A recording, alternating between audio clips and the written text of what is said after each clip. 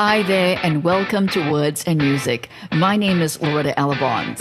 Today, my guest is indie singer and songwriter Beabadoobee, based in the UK and has been receiving accolades and music awards. Her label mate Matthew Healy from 1975 says Beabadoobee is one of the most exciting rock artists in the music scene right now. So, let's take a listen to our conversation with this talented young musician. Hi, Bea. Welcome. Hello. Thanks for having me. Okay, great. So, how have you been keeping?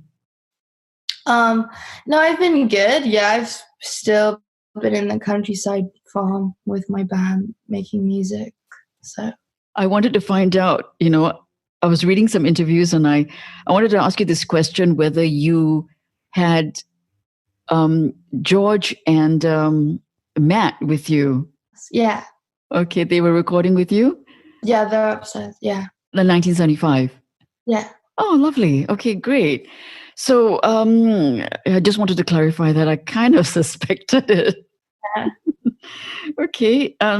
Here in Singapore, our COVID-19 cases are, I think, coming down. How are things in London with the COVID-19? It's definitely calming down now. Like things are getting back to normal, slowly but surely. Okay, great. And I heard the live concerts are going to resume in August, right? Yeah. Okay. Hopefully.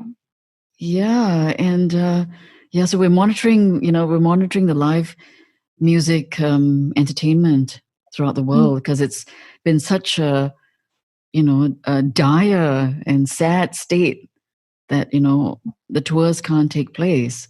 And do you remember what you were doing this exactly same time last year? I was in the Philippines. Oh wow! Yeah. You were there on holiday with my boyfriend and my family. Oh, nice! And which part of the Philippines did you visit? Iloilo. Okay. I'm looking forward to visit that city, right? Yeah. Before we talk about the upcoming new album and the new single, just want to establish maybe to find out, how did your musical journey begin? It started when I was 17 and I had got kicked out of school. My dad had brought me a guitar because he said, "You look bored, here's a guitar." And I needed something to really express my feelings at the time, and writing music was a type of therapy for me, and it really helped for my mental health. And that's how I started music. Okay, you got kicked out of school. Why? It was like a mixture of things, like grades and like bad behavior. And it was it was like, but then they asked me to come back because they realized it was like illegal what they did, and I was like, nope, I'm not gonna go back. But it was all the students that they kicked out were like, it was weird. They were all like ethnic minorities and doing counseling and getting okay grades. I didn't get completely shit grades, but then it was mostly like how much they took school seriously, and I guess I didn't take school as seriously, and they booted me out. Was it like a mixed school, all-girls school? What kind of school was it? It was an all-girl Catholic school. It was pretty intense. I thought it was kind of funny that I got kicked out of an all-girl Catholic school. I know how it feels because I come from a Catholic school as well. Yeah. I know how it is. Such an intense place. Yeah. Wow. Okay, great. And then your dad bought you a guitar, and but did you come from a musical family? Not really. I mean, like both of my parents love singing karaoke, and my mom, I grew up with like original Filipino music and songs that she showed me from the 90s, like the Cranberries and women from that era. So I guess like I grew up in music, not necessarily a musical background. I know my uncle used to play the guitar and my granddad used to play the piano. Who do you look like more, your mom or your dad? I don't know. They're both Filipino. So, yeah. So my mom's like more like, she looks more like Korean and like Japanese, and my dad looks more Spanish. So I don't know. Well, who I look more. I mean, when I was younger, people used to say I look like my mom, and then when I was like a teenager, people said I look like my dad, and now I don't know who I look like now. So Your song Coffee, right, was the first song that you wrote. And that exploded last year, right? When Powerful sampled it. it was weird, but super cool. He's a great guy, and he's obviously like made so much more so much more listeners, and I have as well from that one song, and it's really benefited the both of us, which I think is super cool. It's also super overwhelming. There's so much people listening to a song I wrote, when I was 17 and super pure. But I think it's really cool, and it's the idea of kind of being open and letting people discover that. And have you and Powerful connected? We've spoke briefly on Instagram. It's weird, like having people to talk to from so far away. I have a problem with communication. So, but he's a super cool guy. He's super sweet.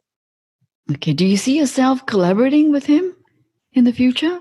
Probably collaborating.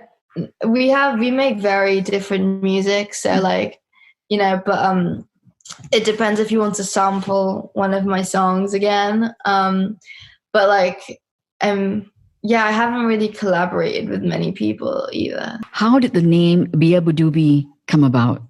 Well, it came from, not expecting any of this to happen. And Oscar, my friend Oscar, who helped me release the music, said, you need a place, you need a musician's name to release under. And I was like, no one's going to give a shit about my music. No one's going to care. Just call me my other Instagram name. And my other Instagram name at the time was Beabadoobee, because I was like making a side Instagram. None of the names were being accepted. So I was like, fuck it, let me just call myself Beabadoobee.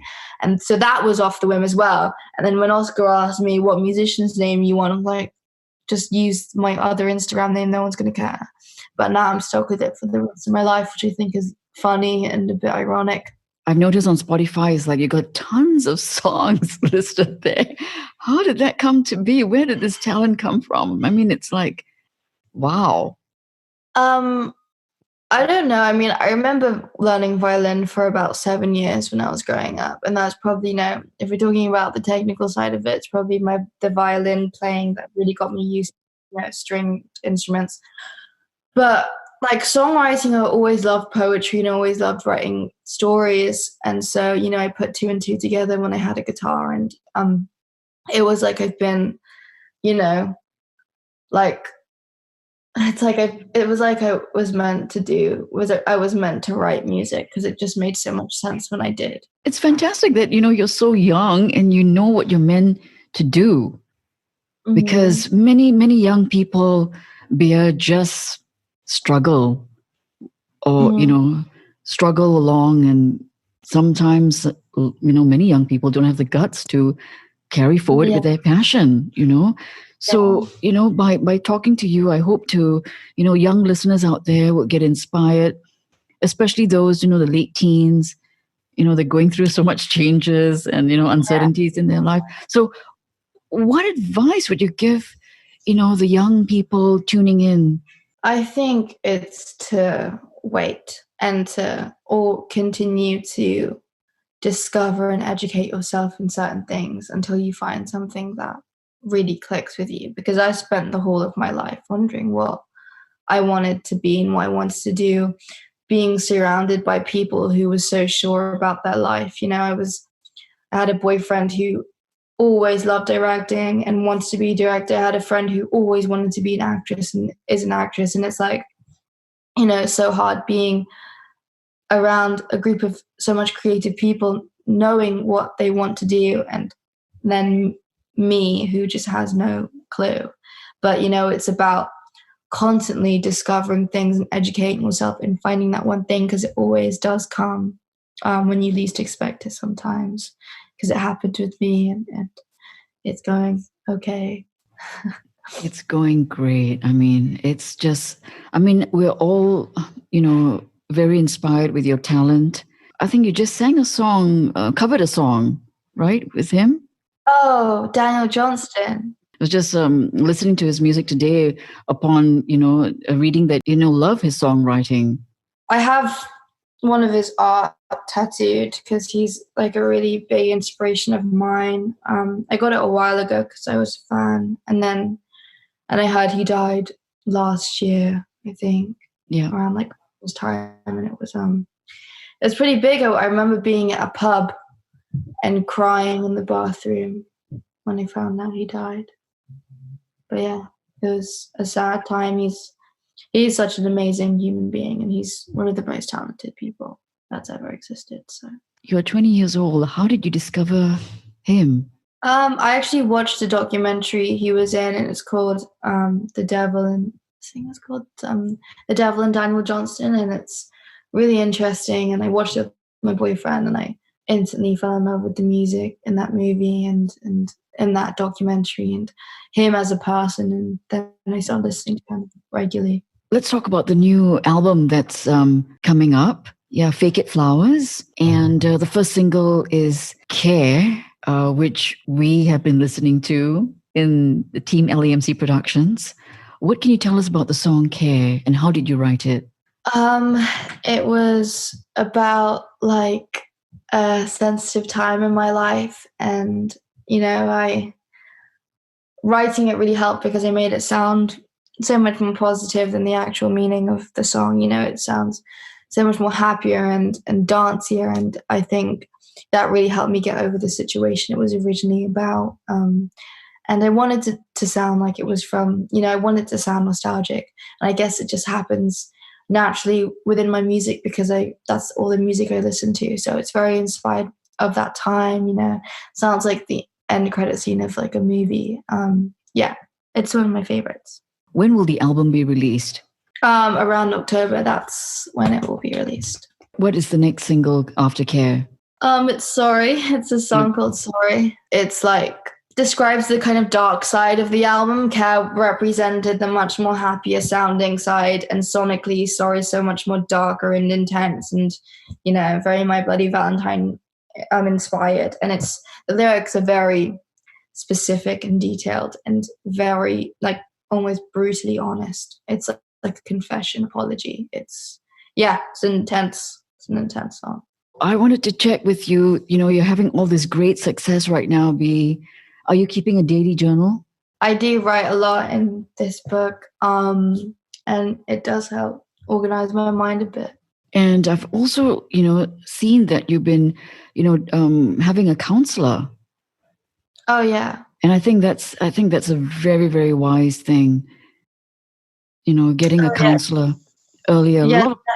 Yeah, it's definitely like I need that shit to organize my mind. Yeah, a lot of people don't want to talk about it. Everybody says like, they just want to put it under the carpet. But I think you're doing a really wise thing. Just reaching out and getting whatever support. I need, literally. Because you're being 20 years old and thrust into the limelight.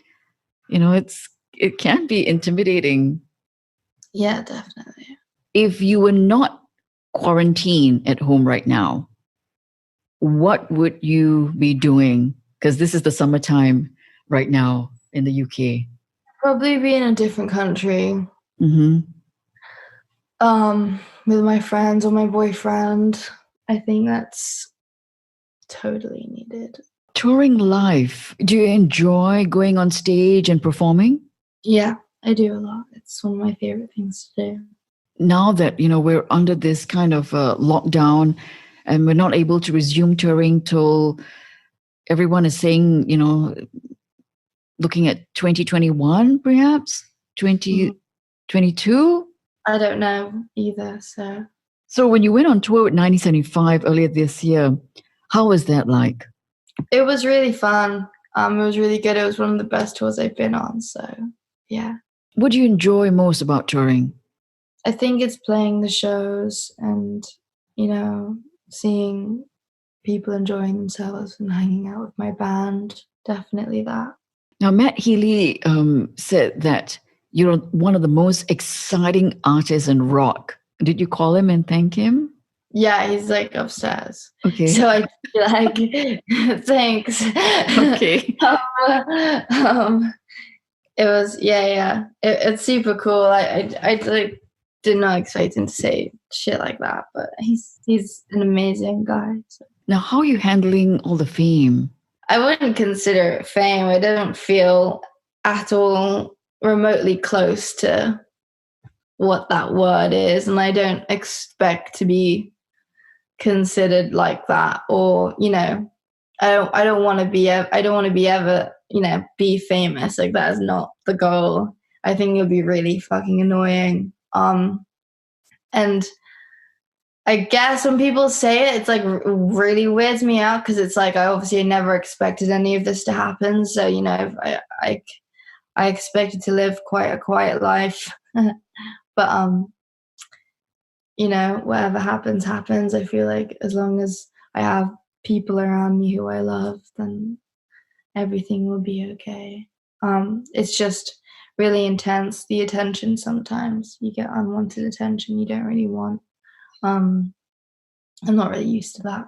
I'm used to being in the background. And I wanted to just check with you, how did you end up signing with the label Dirty Hit Records? They just found my music on Spotify along with like other labels, and I decided to sign with them because they were based locally and they were super cool and lovely people, and I'm a big fan of the 975. That is great. The last when we spoke, I asked you to sing a song, just the chorus for Care. You think you're up for it? Will you be able to? Yeah. Oh, great. Thank you. I don't want your sympathy. I guess I've had it rough, but you don't really care, yeah, care, yeah, care, yeah. Okay. Thank you. Take Thank care. you. All the You too. best. All the best. Okay. Thanks. Bye-bye. Bye. Bye. Well, and there you have it. I hope you enjoyed listening to Beabadoobee tell us her wonderful, inspiring stories. And we wish Bea all the best for the release of her upcoming album, 4th quarter of this year, Fake It Flowers. If you enjoyed the show today, you know what to do. Subscribe to our channels here at LAMC Productions and Words and Music.